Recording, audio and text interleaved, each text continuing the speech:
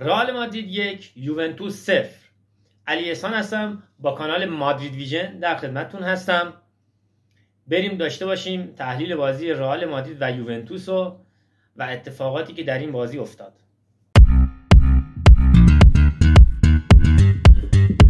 دوستان قبل از هر چیز میخوام یه سوال خیلی مهم ازتون بپرسم و اینکه امیدوارم بتونید جواب این سوال بدید، چون من این یکی دو روز خیلی بررسی کردم و خیلی اومدن میگن که ژاوی اومده یه انقلاب بزرگ در رئال مادرید ایجاد کرده که قطعا همینطوره، ولی به طور قطع به یقین من اینو بهتون قول میدم و اینو اثبات میکنم که ژاوی در واقع یه انقلاب در محور گردوندن تیم به وجود آورده. یعنی چی؟ یعنی خیلی عامیانه ترش رو بخوام بهتون بگم، در واقع ژاوی اومده یه اتفاق خیلی جالب و در رئال مادرید رقم زده که خارج از تاکتیک تیم، خارج از اون 3-5-2 که دوست داره بازی کنه و این چیزا هستش که خیلی مفصل میخوام راجع به این صحبت کنم.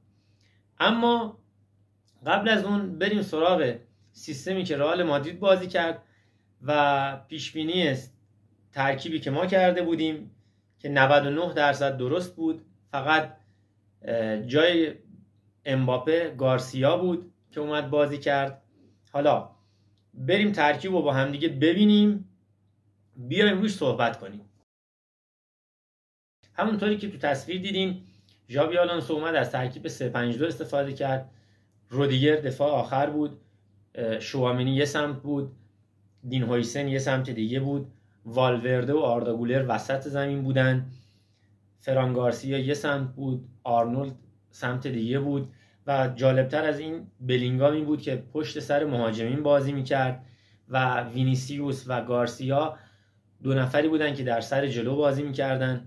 ترکیب 3-5-2 که کاملا پرسینگ رو حفظ میکرد و تونست 90 دقیقه این پرسینگ رو انجام بده و هم نیمه اول و هم نیمه دوم برخلاف نظر خیلی از دوستان رئال مادرید موفق بود در این بازی و تنها ایراد بزرگی که رئال مادرید داشت نه ایراد تاکتیکی بود، نه ایراد تکنیکی بود، نه مشکل پرسینگ بود. تمام بازیکنان نقشه خودشون رو به خوبی ایفا کردن.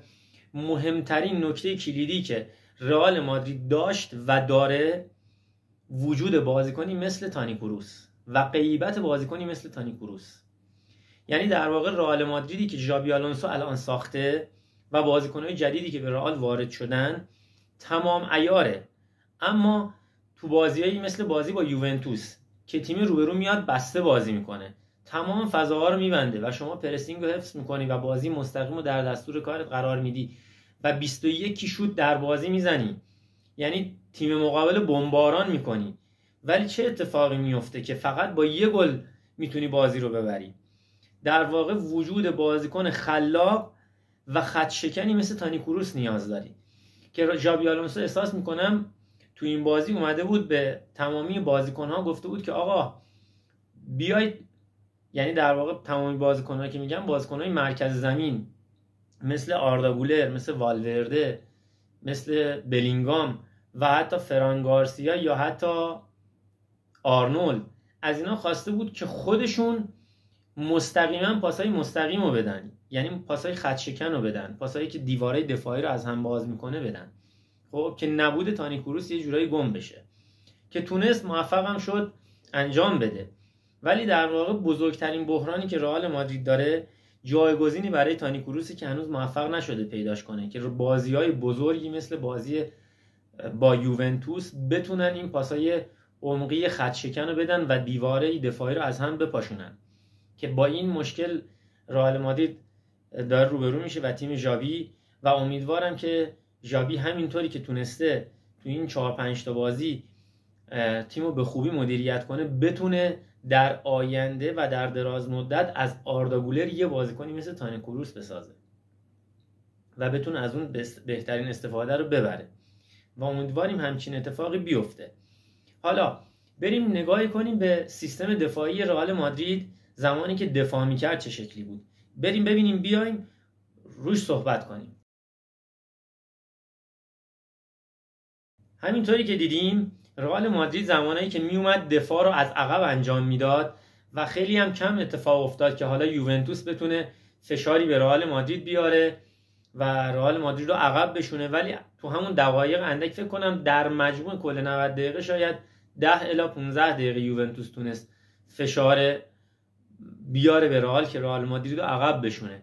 ولی در همون دقایقی که رئال مادرید عقب مینشست در واقع رئال مادرید میومد 4-5-1 بازی میکرد، یعنی خطوط بین دفاعهای کناری و دفاع وسط رو توسط والورده و آردا گولر میبست و گارسیا میومد یه خط عقب‌تر و فقط وینیسیوس بود که سر جلو قرار میگرفت. خب یعنی به شکلی بازی میکرد که تمام خطوطی که ما مشکل داشتیم فصل گذشته و خیلی راحت تیمای دیگه میتونستن به ما حمله کنن و از اونجا به گل برسن رو ژابی آلونسو دقیقاً پیدا کرده بود و با سیستم 5-4-1 که بین خطوط 4 نفر هافک وسط بین خطوط دفاعی قرار میگرفتن کاملا فضاها رو بسته میکرد برای مهاجمین. هرچند که ما فصل گذشته مشکل دفاعی داشتیم ولی امسال خدا رو شکر دین هویسن اومده، آرنولد اومده که حالا هرچند آرنولد یه مقداری میل به هجومش بیشتره ولی باز تو کارهای دفاعی خیلی بهتره، نقش کلیدی داره و داره نقش دفاع هم به خوبی انجام میده، هم نقش دفاع رو به خوبی انجام میده هم نقش وینگر رو به خوبی انجام میده. یعنی یه بازیکنی که حالت رفت و برگشت داره، این لب خطا رو کاملا پوشش میده.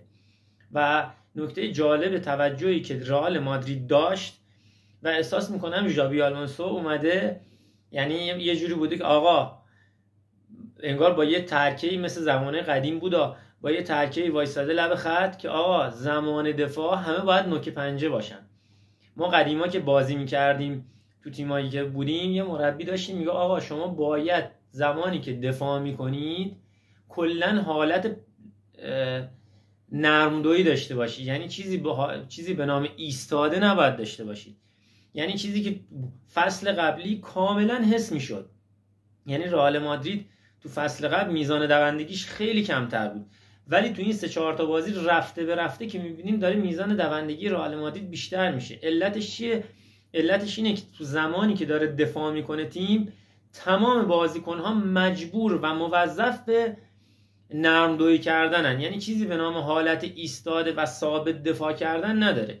یعنی ژابی احساس میکنم که از بازیکن‌ها خواسته که آقا باید تو حالت دفاعی حتما حالت نرمدویی داشته باشی، یعنی آماده به حرکت به سمت چپ به سمت راست رفتن و واکنش نشون دادن به پاس‌هایی که تیم مقابل میخواد بده داشته باشید که قطعا هم همینطوره، چون خیلی بجا خیلی خوب توپا رو قطع میکردن و اجازه نمیدادن حمله های یوونتوس بجز یه حمله‌ای که نیمه اول کرد و چیپی که زدن شکل بگیره.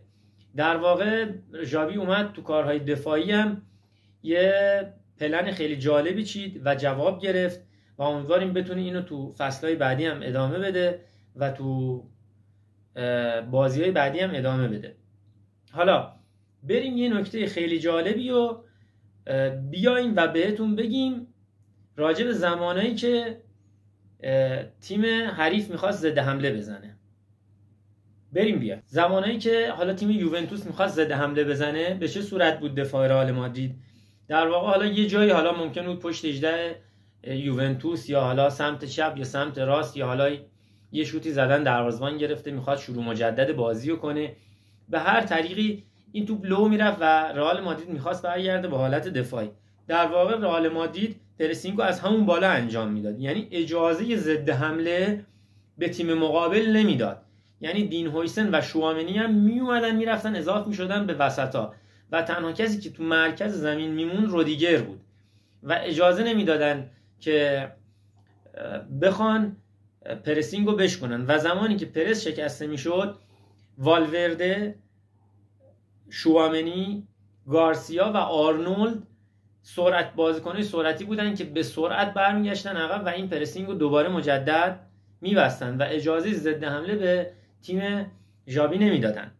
و حالا نکته‌ای که حالا خیلی مهمه و کمتر کسی به این نکته توجه کرده اینه که ژابی در واقع تمام این مسائل تاکتیکی و حالا یه مربی بزرگی مثل ژابی خب قطعا وقتی بشینه 5 تا بازی رئال مادرید و فصل گذشته و فصل قبلترش رو بررسی کنه، تمامی مشکلات تاکتیکی تیم میاد دستش و حالا مهرایی داره که میتونه ترکیب 3-5-2 رو اعمال کنه و تو حالت دفاعی 4-5-1ش کنه، بتونه کاملا بسته بازی کنه. یعنی این حالت رو به وجود آورده. ولی نکته خیلی مهمی که میخوام بهتون بگم راجع به رئال مادریدی که الان دارین میبینین که تو این 3-4 تا بازی سیر صعودی هم داشته، هیچ کدوم از کارهای تاکتیکی ژاوی نیست. در واقع ژاوی اومده به عنوان یه مربی بزرگ که کارش هم خیلی خوب انجام داده، تحلیل کرده، یه سری ایده ها رو گرفته، یه سری مسائل رو گرفته و خورد بازیکن‌ها داده و تونسته به بازیکن‌ها این مفاهیم رو برسونه که آقا من اینا رو ازتون میخوام. اما مسئله خیلی بزرگتری و مهمتری که میخوام خیلی کلیدی بود، خیلی کلیدی هست که رئال مادرید تو 4 بازی تونسته یه همچی تحول بزرگی داشته باشه در بازیش. خب و بازی 4م روبروی یوونتوس واقعا رئال مادرید یعنی یه رئال مادرید دیدیم که زمانی که فوق ستارهایی مثل رونالدو و کریم بنزما و بیل و کروس و مودریچ و اینا تماما در رئال مادرید 2016 17 رئال مادرید رو دیدیم. متوجه هستین؟ و یه تیم امیدوار کننده دیدیم. این نکته کلیدی رو بریم بیایم بهتون بگم. در واقع نکته کلیدی که میخوام بهتون بگم راجع به ژاوی و تیمی که تو این 3-4 بازی ساخته، نکته تاکتیکی تیم نیست. چرا؟ چون آقا یه سری ایده گرفته، یه سری به هر حال مشکلات رئال مادرید رو به خصوص چون خودشم یه مادریدیستاییه تونسته این مشکلات رو به دست بیاره و این مشکلات رو تونسته با بازیکن‌ها در میون بذاره و از اونها بخواد که چه کاری انجام بدن.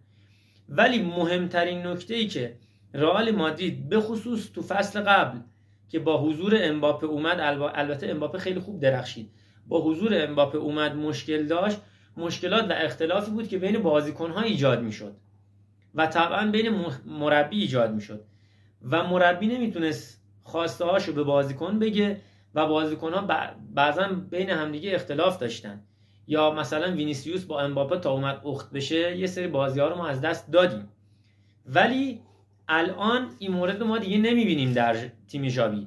در واقع ژاوی اومد غول‌کشی کرد. یعنی چی؟ یعنی آقا بازیکنی هستی بزرگی، به هر بزرگی هستی برای خودتی، اگه نتونی کاری که من ازت میخوام انجام بدی نیمکت نشین میشی، ارزشت میاد پایین. یه کاری میکنم که آقا دیگه فوتبال ببوسی بذاری کنار. در واقع من احساس میکنم تو رختکن ژاوی به بازیکناش اینو گفته. یعنی چی؟ یعنی آقا اگه حواست به خودت نباشی یه کاری میکنم آقا از فوتبال خداحافظی کنی. همینطوری که رودریگو آقا یه بازی بهش بازی داد، اصلا او کاری که ازش میخواست نتونست انجام بده، نیمکت نشینش کرد که قطعا دوباره بهش بازی میرسه، ولی با فرصت کوچیکی که داره باید خودش رو پیدا کنه.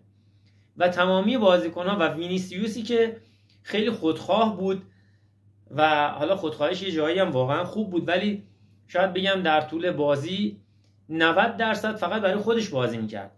اما بازی با یوونتوس آمار پاسش رو ببینید چند تا پاس داده وینیسیوس. در واقع ژاوی مهمترین کاری که تو این 4 تا بازی انجام داد این بود که آقا هر بازیکن بزرگی هستی برای خودت هستی. اینجا رئال مادرید و رئال مادرید از تو بزرگتره و باید تو تابع رئال مادرید باشی. در واقع ژاوی اومد اینو هک کرد تو سر بازیکن‌ها. در واقع تحول بزرگی که باعث شد رئال مادرید تو این 4 تا بازی متحول بشه این بود.